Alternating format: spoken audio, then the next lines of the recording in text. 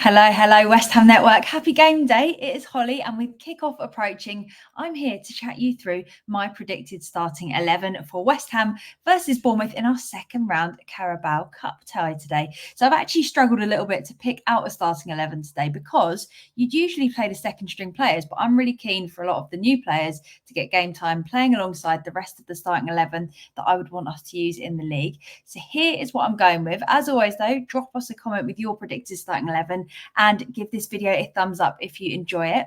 So first up in goal, I have chosen Fabianski, our cup goalkeeper. We know that he can put in a solid performance. So for me, this one is a little bit of a no-brainer.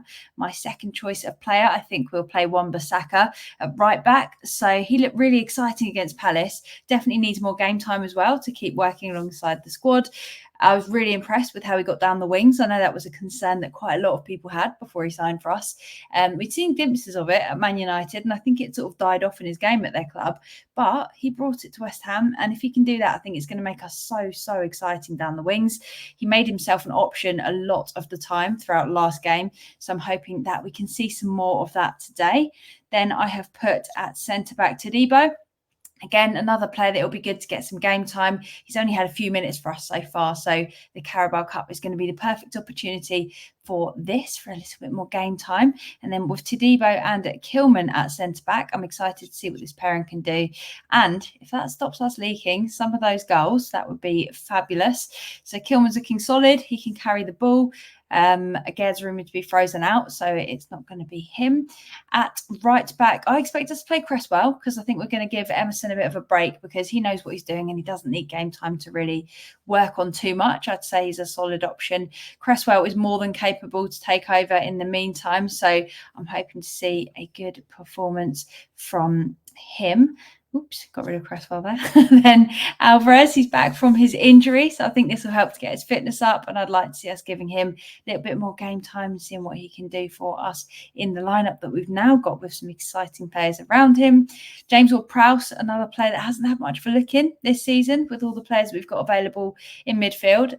It'd be good to see what he can do on set pieces as well, particularly now we've got players like Fulkrug coming in. That could get on the end of those set pieces, because I think that could be a new angle where hopefully we could convert a little bit more from what James Ward-Prowse can do for us. Souček, he scored last game. I expect Lopetegui to play him. We might have expected to see a youngster getting some game time like Potts, but obviously he's gone on loan. We could potentially see Lewis Orford get some game time, but I'm not sure Lopetegui is going to do that. So it'd be good to see what happens. But I think Souček will be starting in that position. Up next, Kudus. I'm expecting him on the right. He's been great so far this season. Probably our best player, actually, as it stands. And with Wan-Bissaka playing on that right wing with him, I think they could link up really nicely for a pacey attack, which makes it fun. So another option could be to play Guilherme, but we could use him to save Kudus. But I think Kudus is going to get the call up there. Somerville on the left. He's actually probably the player that I'm most excited to see what he can do this season. I think the way that he plays is incredibly exciting with the ball at his feet, and with a little bit more time, I'm really looking forward to seeing what he can do. And I'm sure he's keen to impress as well, so that he can get into our usual starting 11.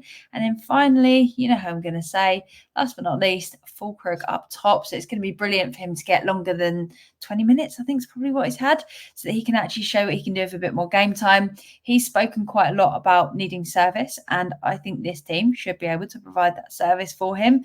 We've got a big German, needs to put him up top. So there you have it. This here is my predicted starting 11 for West Ham versus Bournemouth. As I said, it was actually really difficult to predict because it's a mixture of wanting to give game time and rest the players that you need for the league. But we've got so many new players that we've just brought in that I also want to fit into the team, that I think every game and every minute we can give them is going to be crucial in helping them adapt and fit into the squad and hopefully form part of the starting 11. So bit of a unique one, but I think it's going to be really fun. So there we have it. There we are. I'd absolutely love for us to go on a cup run this season as well. So here's hoping that this squad here is the beginning of an exciting journey for us. Last season, we made it to the quarterfinals where we got annihilated, knocked out in style with a 5-1 loss.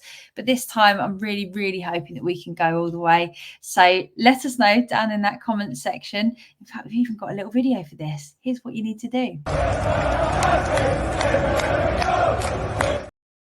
yes, name your starting 11 down below in that comment section. Give this video a thumbs up if you haven't already. If you're new around here, make sure you subscribe and stay tuned for Match Day Live for kickoff at 7:45 p.m.